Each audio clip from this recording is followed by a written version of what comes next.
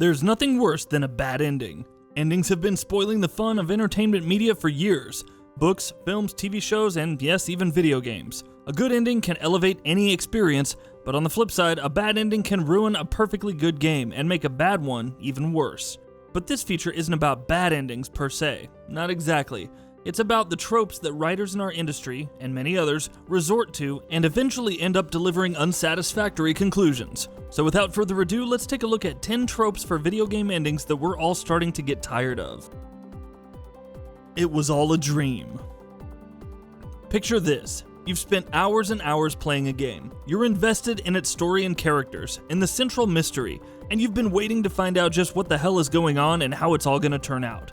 Only, when you get to the end, the game goes, whoops, it was all a dream. None of this actually happened and you wasted your time. Not only is it deflating, it's also been done so much that it's just become a tired old trope. This happened with one of the endings in Silent Hill Homecoming, where the entire game was just a delusion by a mental patient. It happened with Super Mario Bros. 2 for seemingly no good reason at all. It happened with Final Fantasy X, where the entire game wasn't a dream, but certain central characters were. Only they became real thanks to their own actions. Of course, not all "it was a dream" endings are bad, and some games are actually able to pull it off pretty well, like The Legend of Zelda: Link's Awakening or the bonkers Typhon simulation of Prey 2017. A cliffhanger with no sequel. Cliffhanger endings can be excellent bookends, as often as they're party poopers, but they're at their absolute worst when they leave things hanging in the most unbelievable scenarios, and then that's it.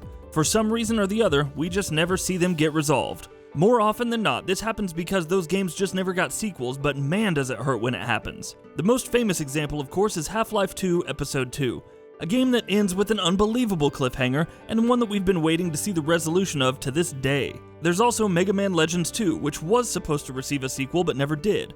Turok 3 also ended on a cliffhanger, but frustratingly enough, the next game was a prequel, and the one after that was a straight-up reboot. At least we're finally getting something for Shenmue 3 though. Super obvious twist reveal. All too often, as games are ending or they're in their final acts, they throw these twist reveals at us that they think are gonna sweep us off our feet and knock the breath out of us, only they don't. Because those reveals are so obvious, so painfully predictable, that they're not really reveals at all. We all saw them coming hours and hours ago. Yes, Arkham Knight. We know you're Jason Todd. We've known since before the game even came out.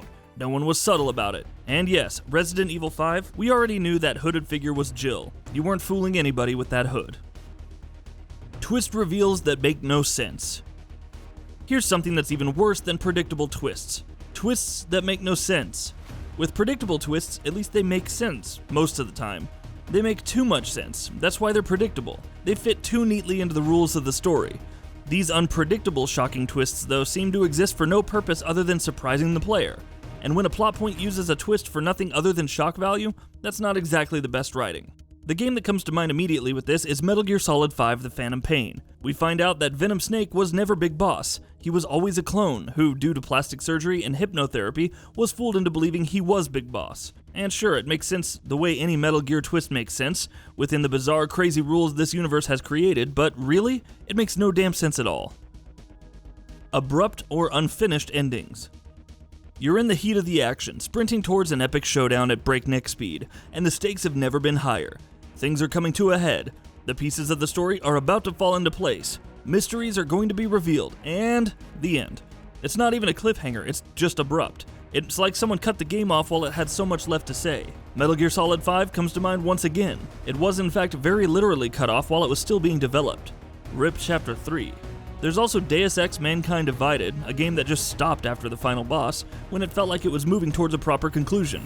And sure, the ending might make more sense if and when we ever get a sequel, but then again, who knows when that might happen. Yet another cliffhanger with no conclusion. For now, at least.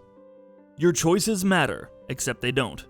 All too often, video games make a bold claim that all of your choices will drastically change the way your story ends.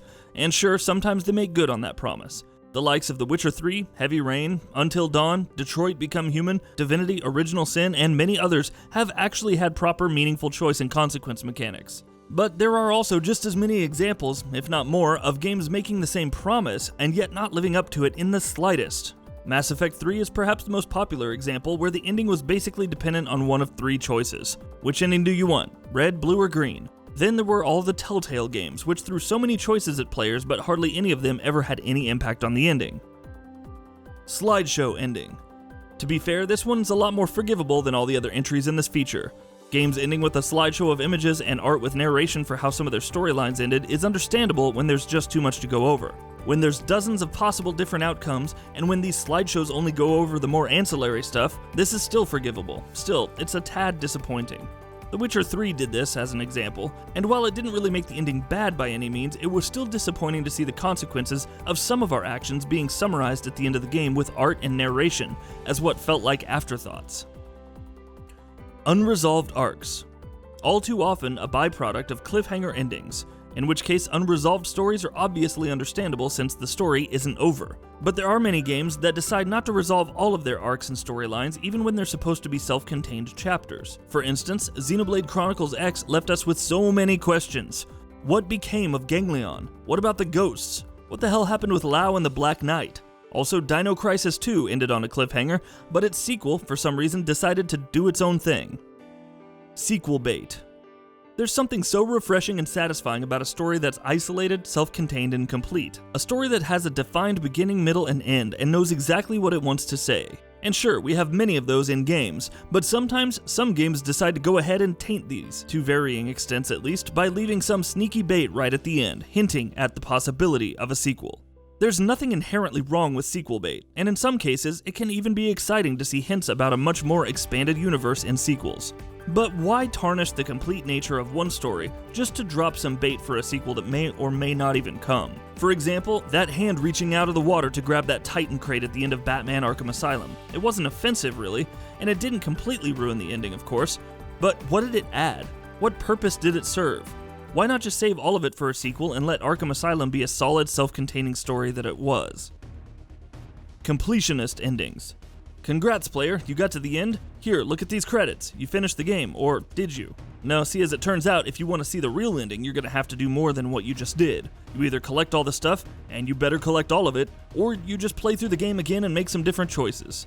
Alright, we're being a little hard on these endings. They can actually be a blast, especially when they're done right. I mean, look at Nier Automata. Replaying these to get to the true endings is always fun, but when that ending is gated behind doing something ridiculous, that's not fun. And that wraps it up. If you like what we're doing, please consider subscribing to our channel. We upload new videos daily. Also, don't forget to switch on the bell notification icon, that way you don't miss out on any of our videos.